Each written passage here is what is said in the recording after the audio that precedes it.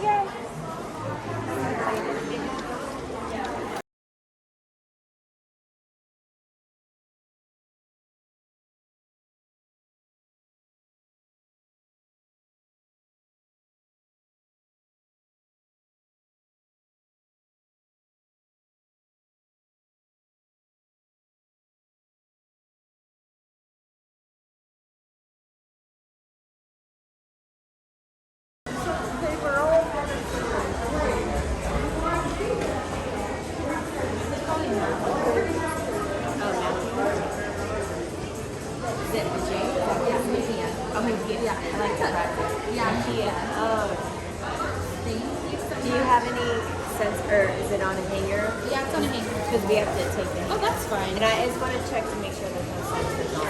Sure. You don't want that heavy. But I think that might help.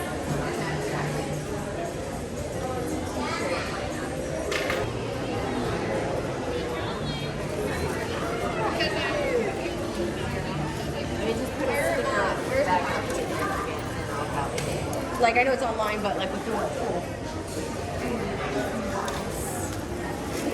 Yeah, the stamp is kind of dark, so we're trying not to touch it. Wow. See that it's dark. Because it might rub off. You don't want that stuff. Just kind of do this. You don't want that stuff all over. Perfect, thank you. Have a good day. You too. That was pretty easy. We just went in there. We got a plastic bag at the beginning that we were able to shop with if we wanted. If not, you can grab one at the end.